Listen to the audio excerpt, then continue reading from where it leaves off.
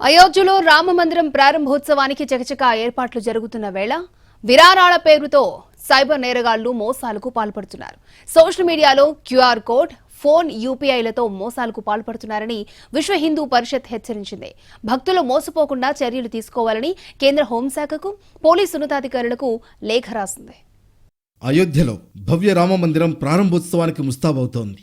జనవరి 22న జరగబోయే మహత్తర ఘట్టం కోసం యావత్ భారతావని ఎదురుచూస్తున్న సమయంలో రామాలయానికి విరాళాల పేరుతో భక్తుల్ని బురిడి కొట్టించేందుకు కొంతమంది మోసగాళ్లు యత్నిస్తున్నారు.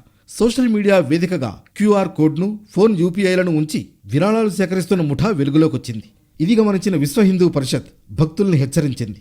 విరాళాలు సేకరించేందుకు ఎవరికీ అధికారం ఇవ్వలేదని విహెచ్పి అధికార ప్రతినిధి వినోద్ బన్సల్ ఎక్స్లో పోస్ట్ చేశారు. సోషల్ మీడియాలో రామాలయం పేరుతో తప్పుడు పేజీలు సృష్టిస్తున్నట్లు గుర్తించామని వెలుగులోకి తెచ్చారు. ఆలయ ప్రారంభోత్సవం పేరు చెప్పి భక్తులను లూటీ చేసేందుకు సైబర్ క్రిమినల్స్ యత్నిస్తున్నారని ఆరోపించారు. దీనికి ఆధారంగా ఓ పేజీని ఎక్స్లో పోస్ట్ చేశారు వినోద్ బన్సల్.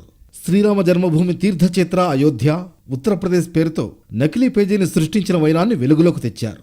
విరాళాల విషయంలో భక్తులు అత్యంత అప్రమత్తంగా ఉండాలని హెచ్చరించారు. అయోధ్య రామాలయం పేరుతో విరాళాలను కోరిన వ్యక్తి మీకు చేతనైనంత విరాళం ఇవ్వాలని కోరడంతో పాటు విరాళం ఇచ్చిన వారి పేర్లు డైరీలో నమోదు చేసి ఆలయం పూర్తయిన తర్వాత అయోధ్యకు ఆహ్వానిస్తామని నమ్మబలుకుతున్నారు. అయితే విరాళాల విషయంలో మోసాలకు పాల్పడేలా క్యూఆర్ కోడ్లు, ఫోన్ యూపీఐలను ఉంచడాన్ని ఉత్తరప్రదేశ్, ఢిల్లీ పోలీసు ఉన్నతాధికారులతో పాటు కేంద్ర హోంశాఖకు లేఖ రాసింది విహెచ్పి. ప్రజలు మోసపోకుండా చర్యలు తీసుకోవాలని కేంద్ర హోంశాఖకు, పోలీసులకు విజ్ఞప్తి చేసింది. అయోధ్యలో రామమందిరం నిర్మాణ పనులను శ్రీరామ జన్మభూమి తీర్థక్షేత్ర ట్రస్ట్ పర్యవేక్షిస్తోంది. అయితే విరాళాలు సేకరించే అధికారం ఎవ్వరికీ ఇవ్వలేదు. అయోధ్యకు చెందిన విహెచ్పి సభ్యుడికి స్కామర్ నుంచి ఇటీవల ఫోన్ కాల్ వచ్చింది.